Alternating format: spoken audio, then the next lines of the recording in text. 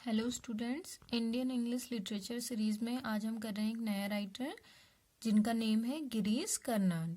1938 में ये बॉर्न हुए थे और कर्नाड कहाँ के हैं? कर्नाटका के हैं और कन्नड़ राइटर हैं।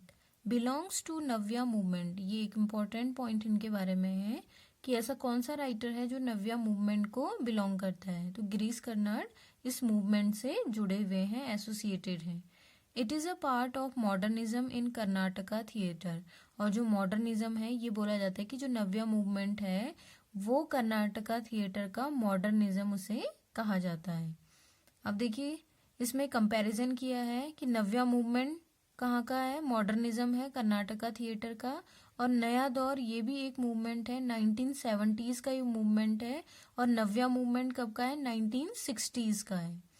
और इसमें नए दौर से कौन रिलेटेड है, यानी कि मोहन राकेश हैं, और इस उन्होंने कौन कौन से वर्क लिखे हैं, आधे अधूरे, लहरों का, राजहंस, ये सभी क्या हैं, इनके वर्क हैं। और ये जो मॉडर्निज्म है ये दो चीज़ों को एसोसिएट करता है, एक तो है एक्सपेरिमेंटल और दूसरा साइकोलॉजिकल। ये दोनों इसके की पॉइंट्स हैं। जो साइकोलॉजिकल है उसमें इनर रियलाइजेशन के बारे में बताया गया है, यानी कि हम क्या रियलाइज करते हैं अंदर से, यानी कि हमारी फीलिंग्स क्या है उस पर बेस्ड है साइकोलॉजिकल।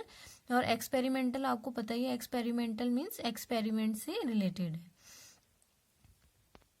मराठी मॉडर्निज्म भी एक है, और इस मराठी मॉडर्निज्म से कौन जुड़ा हुआ है, विजय तेंदुलकर।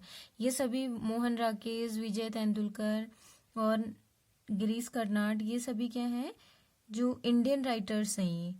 अब देखिए विजय तेंदुलकर का नेम आया है तो इनके फेमस वर्क कौन कौन से हैं वो जान लेते हैं। Silence, the court is in session, Ghasiram कोतवाल, ये सभी क्या है इनके फेमस वर्क हैं। किसके? विजय तेंदुलकर की बात कर रहे हैं अभी हम।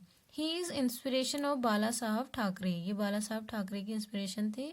और ये जो बाला साहब ठाकरे हैं वो क्या है, एक कार्टूनिस्ट भी हैं और पॉलिटिशियन भी वो थे दोनों, यानी कि कार्टूनिस्ट भी थे और पॉलिटिशियन भी वो थे।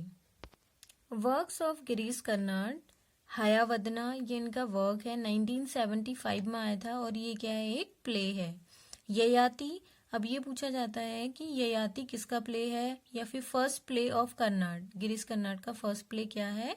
तो इस टाइप से क्वेश्चन आएगा तो आप ययाति के ऑप्शन में टिक करेंगे। और ये इस टाइप से क्वेश्चन आएगा कि ययाति किसका प्ले है, और फर्स्ट प्ले है, सेकंड प्ले है, तो किसका है, गिरीश कर्नाड का फर्स्ट प्ले है।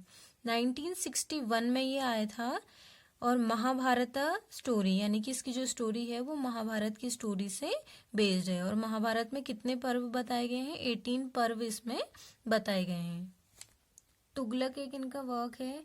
ये तुगलक वर्क जो है ये कॉलेज में यानी कि यूनिवर्सिटी में भी ये एप्लीकेबल है, ये वहाँ पे प्रेस्क्राइब्ड है सिलेबस में। 13 सीन्स इसमें है। कई बार क्वेश्चन आया है कि how many scenes in Tughlaq of Girish Karnad, Girish Karnad के तुगलक में कितने सीन्स हैं, तो how many scenes, 13 scenes are there.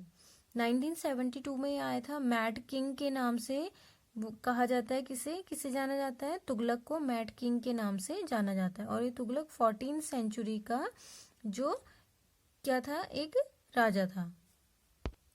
Three pledge में इनका आया था एक नागा मंडला, और नागा मंडला के ही नाम पे सेम एक क्या बनी है, इस पे मूवी बनी है, और मूवी का नेम भी क्या है, नागा मंडला है।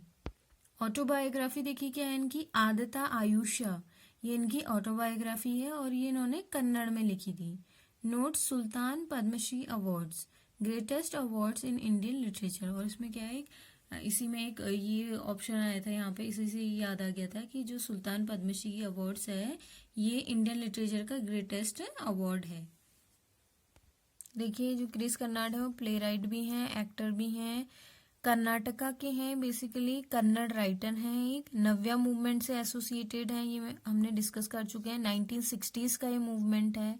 नया दौर 1970s का मूवमेंट है, और इससे मोहन राकेश जो हिंदी के फेमस कवि हैं उनके कुछ फेमस वर्क हैं, जैसे आधे अधूरे, लहरों के राजहंस। मराठी मॉडर्निज्म से विजय तेंदुलकर जिनका वर्क है घासीराम कोतवाल, silent, the court is in session, ये इतना हम डिस्कस कर चुके हैं। फिर देखिए इनका फर्स्ट प्ले के बारे में भी हमने डिस्कस, ययाति जो 1961 में आया था। हयावदना, ये भी इनका इम्पोर्टेंट प्ले है, एक 1975 में आया था। हयावदना और तुगलक ये दोनों प्ले इनके कॉलेज लेवल पे प्रेस्क्राइब्ड हैं, तो आप इनकी स्टोरी पढ़ सकते हैं। 1975 में आया था हयावदना, और तुगलक कब आया था? 1972 में, और इसमें 13 सीन्स हैं।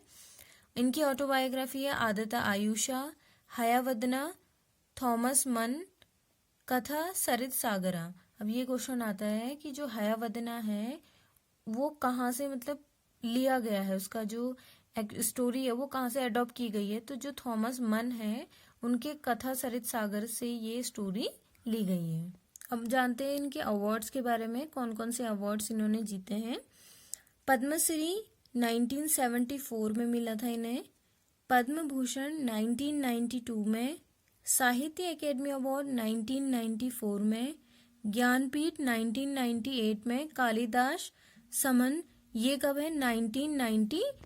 सो स्टूडेंट्स, ये थे हमारे इम्पोर्टेंट पॉइंट्स गिरीश कर्नाड के बारे में, जो कि हैं एक Indian English play right, actor, etcetera.